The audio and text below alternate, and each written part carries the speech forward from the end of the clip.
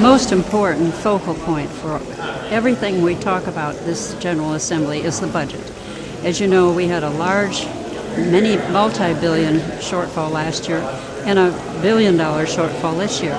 So again, we were in a very, very difficult position of cutting very important programs, and in my particular committee, which is Justice and Public Safety, we cut people to the point where they're barely able to function with their core functions. That's how severe it has been.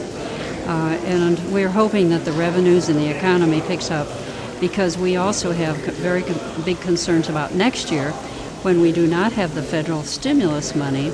And of course now we're worrying about the Medicaid money. Are they going to give us Medicaid money? And if not, we're in even worse trouble next year. So we're all hoping. And then we want everybody to go out and shop so that they raise our sales tax revenues. But it's a very difficult year. Then, of course, we've had several big items. We have an ethics bill, which we are talking about right now, which would end the revolving door of legislators and staff leaving their positions and going out and becoming lobbyists. Then we had the Internet Sweepstakes Cafe, which, again, is pending. But these sweepstakes cafes internet cafes have opened up, sprung up like mushrooms all over the state. They are located in very poor districts. We know from the census numbers that they're located in those zip codes. They prey on people. It's a very, very addictive game, apparently. And what we're worried about is that these will continue to proliferate throughout our state and prey on people who can least afford it, on their hopes and dreams, especially in this very difficult economic times. So that's working. I was very disappointed that we did not extend public financing to those council of state positions. Now, these are very esoteric in the minds of the voters. They don't even know they're on the ballot. It's the treasurer, the labor commissioner, the agriculture commissioner, and one more. I can't think of what it is right now. The problem is, if you look at it carefully, these are elected positions, but if people don't even know they're on the ballot, they can't raise money from just plain folks like all of us legislators and the governor can.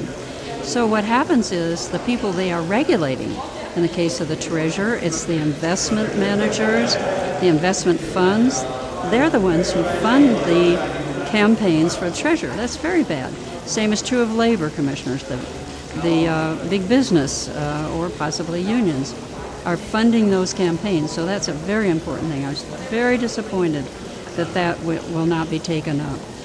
So what we have is struggling as best we can. We did good things on foreclosure, helping those people who are facing foreclosure.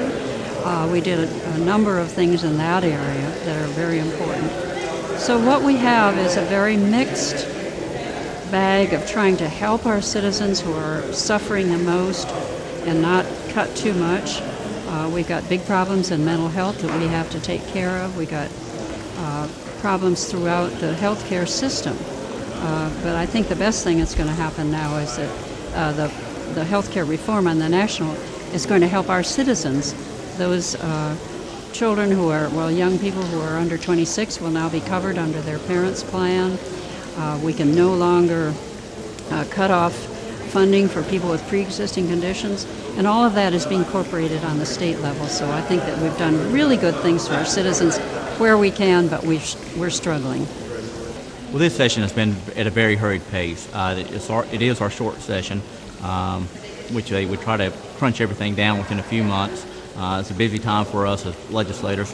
We're also running for re-election, so it's a very busy time. Plus, with the added to the compound stress of the budget situation, the economic situation, that we're really at a crisis point now, and it's really why so many things seem to be coming a different direction. So many pieces of legislation, so many issues that it's been really hurried pace this year.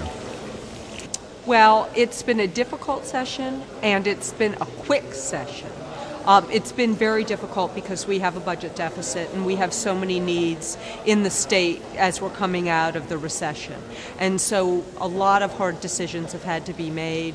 Today we'll start voting on the budget and get the budget done on time, and it's the best we could do in a very, very bad situation. But we can say that we're fortunate that North Carolina is in a much better budget shape than a lot of our colleagues. It's also been a hard working session. We came here in the middle of May, and here it is the end of June, and we have been working very, very hard. Our committees are going strong. There have been a lot of bills on the floor, and so we're going to try to wrap up as quickly as we can after the session, after the budget's finished. Well, I think this session has gone extremely fast. It's like we didn't leave and have our break between the long session and the short session. We dropped right in, got going from day one. The committees took very little time getting started. From the bills that we had left over, new bills were entered in, a lot of things kept rolling.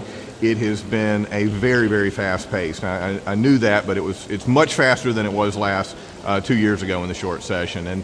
And I think we were hitting a July 8th target date of getting out, so it's only a week after we had planned. Budget will be done by then. We seem to be seeing that today and tomorrow, or Wednesday and Thursday at the latest. So it has been very fast. Yes, it's been very exciting to know that with everyone working so hard together, we were able to get the budget done on time, which has not occurred since I came to the legislature in 2001, except 2003. So it's very, very good to have everyone working so hard. These are very difficult economic times, and we really need to work together to preserve the things in state government that are so important, education and jobs and the economy. Is very, very crucial that we kind of hold the line. Well, as a freshman, I just consider it organized chaos.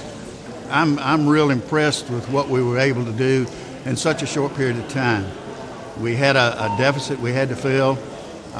Yes, there are going to be some hurts along the way, but one thing we've proved to the North Carolinians that we can live within our budget, and we're doing that this time.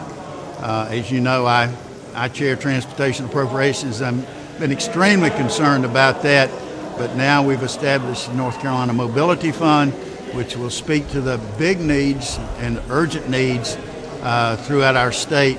So I'm real happy with this session. This session's been a very difficult session because of the economy, because of what's occurring with small businesses across the state, and the fact that small business is sustaining the economy of North Carolina. The governor, at the beginning of the session, presented some great initiatives for small businesses across the state.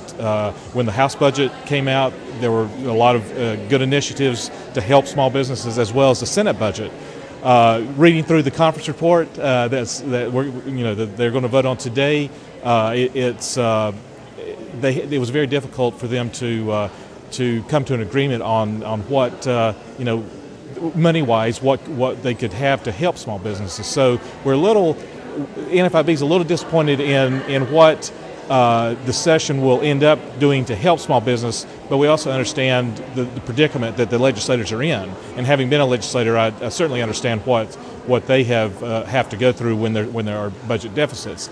But overall, the session, I think, has gone smoothly with having being able to sign a budget for the first time in 7 years on time, which is a big accomplishment, and if they hurry up and get out in the next couple of weeks, that would be a big accomplishment also for the session.